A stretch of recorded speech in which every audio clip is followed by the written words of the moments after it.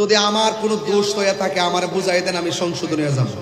ওইলে আমারে বুঝাই আপনারা দলে নেন, নাইলে আপনারা বুঝে আমরা দলে আসেন। আমরা সবাই তাহেরি ভাইয়ের মতো একটু আল্লাহকে স্মরণ করি। ইয়ালি বাবা, শাহরি বাবা, কেল্লা বাবা, ফাতে বাবা। নবী ছাড়া কোনো উপায় নাই। কথা কোন ঠিক না বেটে? তো আপনাদের কাছে অনুরোধ হলো, যারা আমাদের আকীদার বাইরে লোক আছেন, আপনাদেরকে বলবো জীবনে বহুত ধাক্কাধাক্কি করছেন, ওইলে আমরা বুঝাই আপনারা দলে নেন, নাইলে আপনারা বুঝে আমরা দলে আসেন।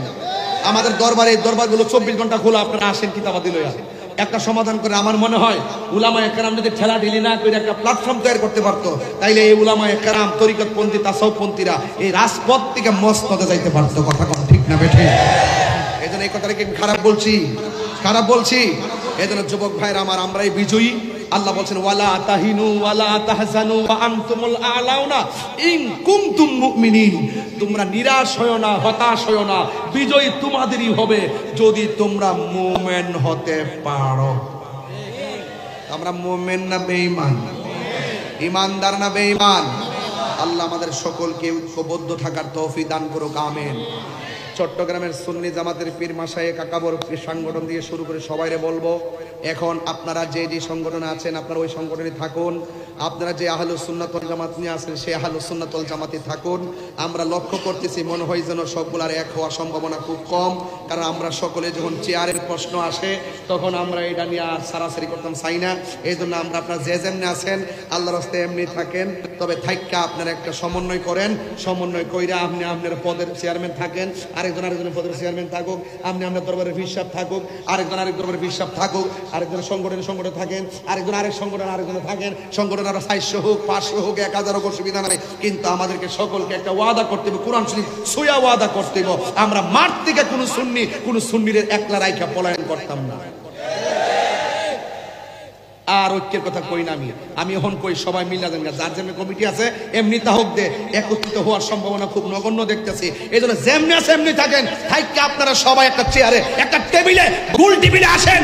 আইসা এখনো সময় আছে, এই প্রজন্মের পোলাপানদেরকে একটা সিদ্ধান্ত দেন, ওরা আপনাদের সিদ্ধান্তের অপেক্ষা করতেছে। কথা বলেন ঠিক না বেটি? এই পোলাপান রাজি আছো কিনা বলো? আমরা আর বিচ্ছিন্ন চাই না, আমাদেরকে ঐক্যবদ্ধ হতে হবে। দেয়ালে পিঠ থেকে গেছে, আমাদেরকে সকলকে আমাদের ঐক্যবদ্ধ হয়ে সামনে যেতে হবে। কথা বলেন ঠিক না বেটি?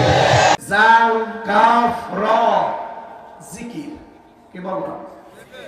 হ্যাঁ, জিকির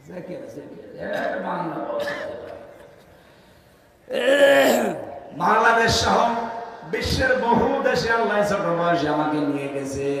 আমি শুধু বাংলাদেশ আর ভারত আর পাকিস্তান এই 3টা দেশে দেখেছি এই জিকির নিয়ে ঝামেলা। যত মুরব্বী জিকির বলে ফেলেছে, শব্দটা জিকির কি হবে? জিকির। এই শব্দটা নিয়ে এত ভেজাল, আর বেশি চট্টগ্রামে বিভাগে বেশি, আরো যে যেভাবে পারে সেভাবে জিকির করে। অথচ জিকির একটা ইবাদত। জিকির কি বলেন? কেউ যদি জিকির করতে চায়, ইবাদত মনে করে, মাস্ট বি তাকে 4টা বিষয় সামনে রাখা লাগবে। কয়টা? এই 4টা বিষয় সামনে রেখে 4টা শব্দ দিয়ে জিকির করা লাগবে, তাহলে এটা জিকির হবে।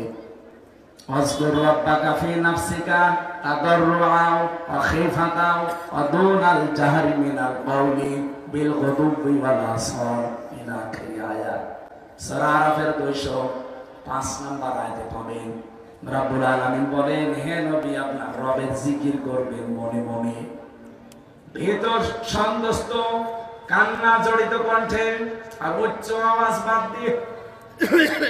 তাহলে জিকির যদি ইবাদত হিসাবে কেউ করে, কয়টা পদ্ধতি পেলাম? আরো জোরে। 1 নম্বরে মনে মনে বলেন।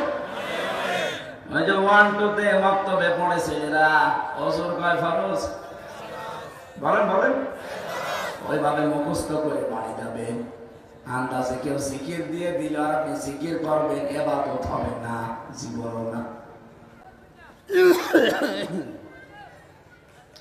জিকির ইবাদত এটা করা লাগবে অবশ্যই। রাসূলের জীবনে এরকম কিছু ছিল।